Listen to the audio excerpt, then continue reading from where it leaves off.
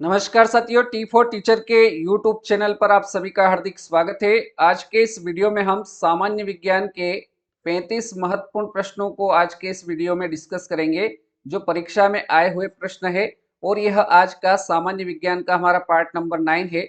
यदि आपने इसके बाकी पार्ट नहीं देखे हैं तो इसके लिंक वीडियो के डिस्क्रिप्शन में है, या प्लेलिस्ट में जाकर भी आप इसके बाकी पार्ट देखकर विज्ञान की काफी अच्छी तैयारी कर सकते हैं। तो चलिए आज के पहले प्रश्न की ओर बढ़ते हैं। पहला प्रश्न आपके सामने आ चुका है। प्रतिध्वनि का कारण बताना है। प्रतिध्वनि का कारण पूछा गया है। ध्वनि का परावर्तन, ध्वनि का अपवर्तन, ध्वनि का अवशोषण या फिर ध्वनि की चाल।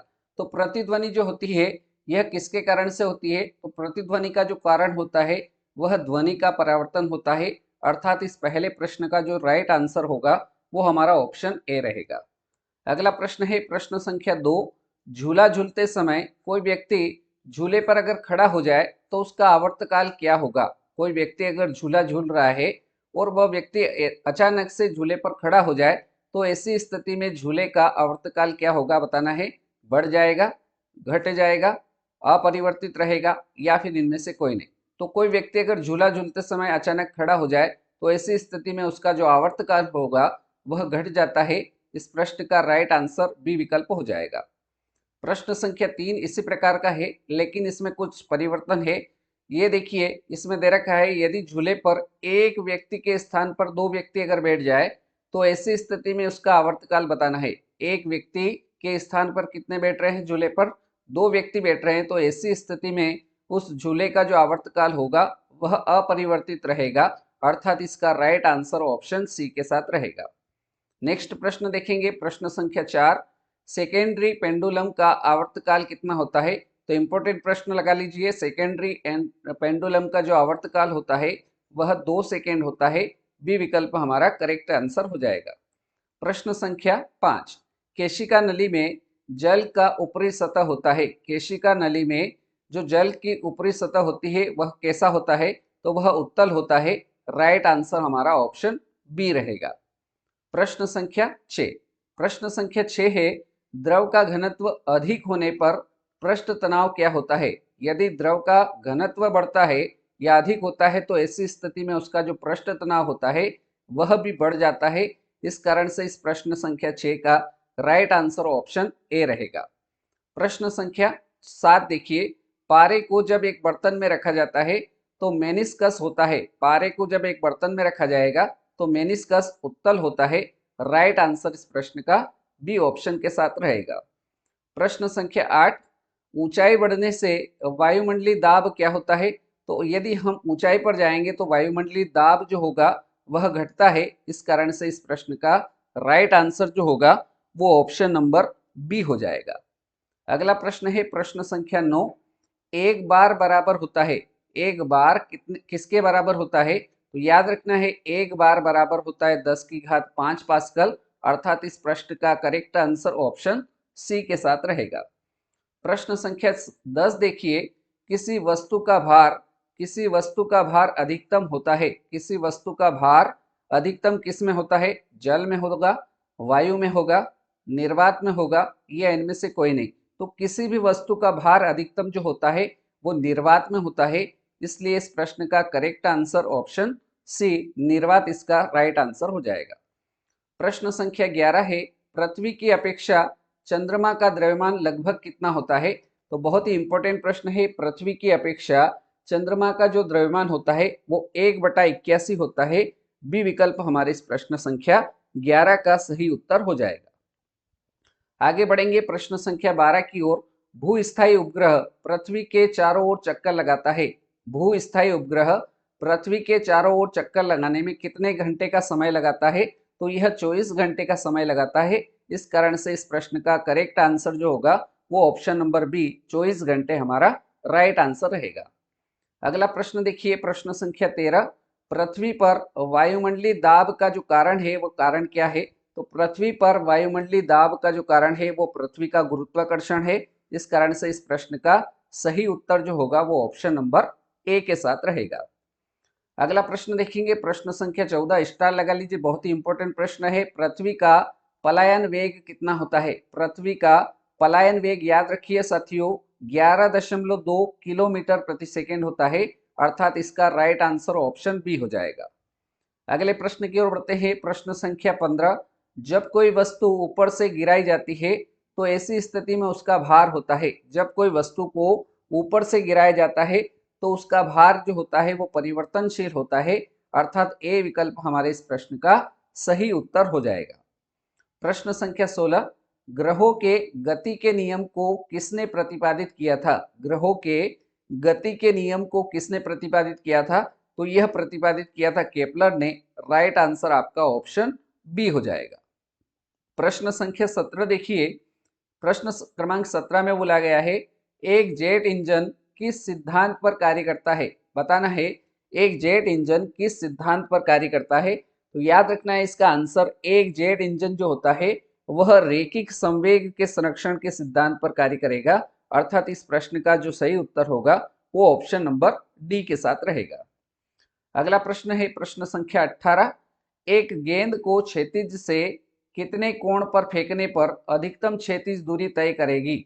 एक गेंद है जिसको क्षैतिज से कितने डिग्री के कोण से अगर फेंका जाएगा तो अधिकतम क्षैतिज दूरी तय कर सकेगी। तो यह 45 डिग्री के कोण से अगर फेंकेंगे तो अधिकतम दूरी तय करेगी, अर्थात इसका right answer 45 degree, option C हमारा बिल्कुल सही जवाब रहेगा। अगले प्रश्न की ओर बढ़ते हैं। प्रश्न संख्या 19, वायुमंडल में बादलों के तैरने का कारण पूछा गया है। वायुमंडल में बादलों के तैरने का कारण क्या है? ताप होगा, वेग होगा, दाब होगा या फिर घनत्व है। तो वायुमंडल में जो बादल तैरते हैं उनका कारण जो है वो घनत्व है, इस कारण से इसका राइट आंसर डी विकल्प हो जाएगा। अगला प्रश्न देखेंगे। प्रश्न संख्या 20, गैसों के अणुओं की गतिज ऊर्जा किस ताप पर शून्य होती है? क्या कहा है प्रश्न में? गैसों के अणुओं की गतिज ऊर्जा किस ताप पर शून्य होती है? तो यह -273 डिग्री सेल्सियस पर शून्य होती है। इस कारण से प्रश्न संख्या 20 का जो सही उत्तर होगा वो ऑप्शन नंबर बी हो जाएगा। क्लियर? चलिए अगले प्रश्न की ओर बढ़ते हैं। प्रश्न संख्या 21, पारे का तापमापी किस ताप तक प्रयुक्त हो सकता है? पारे का जो तापमापी होता है उसका उपयोग कितने ताप तक किया जा सकता है?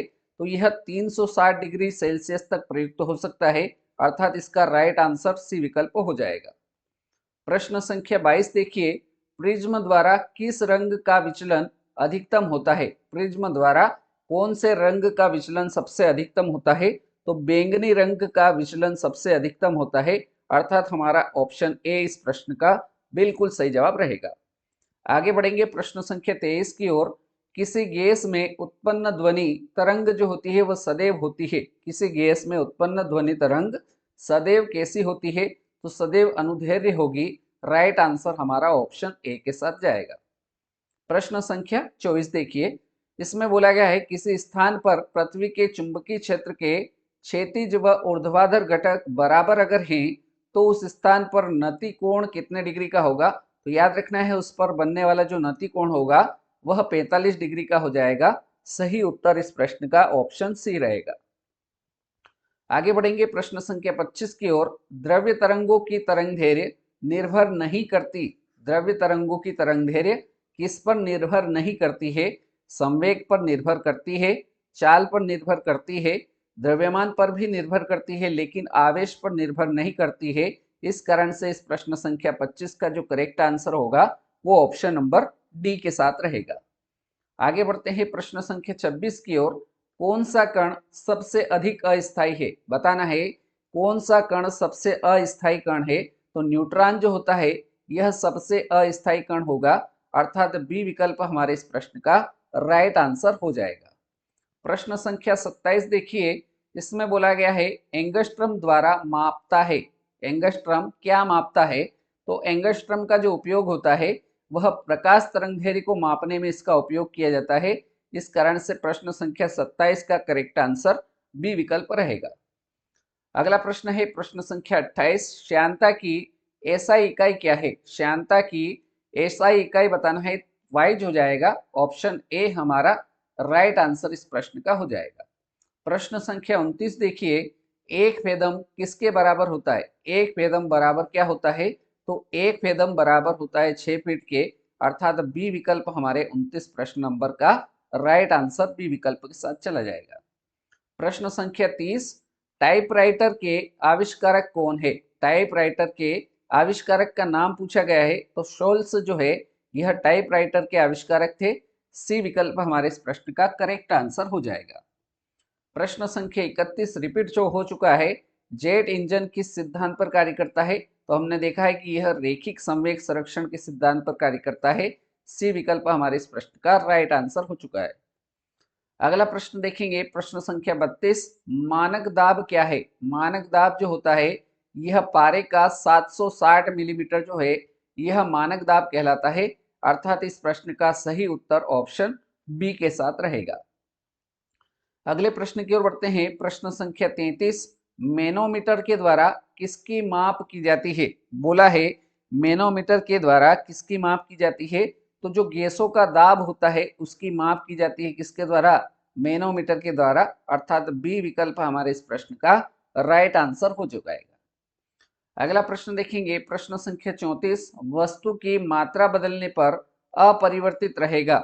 वस्तु की अगर मात्रा बदलते हैं तो क्या अपरिवर्तित रहता है? तो उसका जो घनत्व होता है वह अपरिवर्तित रहता है। इस कारण से इस प्रश्न का राइट आंसर ऑप्शन डी के साथ रहेगा। और अब बारी है साथियों आज के इस वीडियो के अंतिम प्रश्न की, जो कि प्रश्न संख्या 35 है। इसमें हमको दे रखा है केल्विन मान में मानव शरीर का सामान्य ताप है। क्या पूछा है? मानव शरीर का सामान्य ताप जो है उसको आपको केल्विन में बताना है। तो आपको याद रखना है कि केल्विन में मानव शरीर का जो सामान्य ताप होता है वो 310 केल्विन होता है, अर्थात इस अंतिम प्रश्न संख्या 35 का राइट आंसर ऑप्शन डी के साथ रहेगा। तो साथियों इस प्रकार से आज के इस वीडियो में हमने सामान्य विज्ञान के 35 महत्वपूर्ण प्रश्नों को हल किया और यह सामान्य विज्ञान का हमारा पार्ट नंबर 9 था। उम्मीद करता हूँ इसमें 35 प्रश्न जो हमने हल किए हैं ये आपको अच्छे समझ में आए होंगे। अगर वीडियो हेल्पफुल लगा हो तो वीडियो को ज़्यादा से ज़्यादा लाइक करिए, शेयर कर दीजिए अपने सभी साथियों तक, और चैनल पर अभी तक नए हो तो चैनल को सब्सक्राइब कर लीजिए। आज के इस वीडियो को आपने पूरा अंत तक देखा, उसके लिए बहुत बहुत धन्यवाद। अगले वीडियो में मिलते हैं ऐसे ही नए प्रश्नों के साथ। तब तक के लिए जय हिंद, जय भारत, धन्यवाद।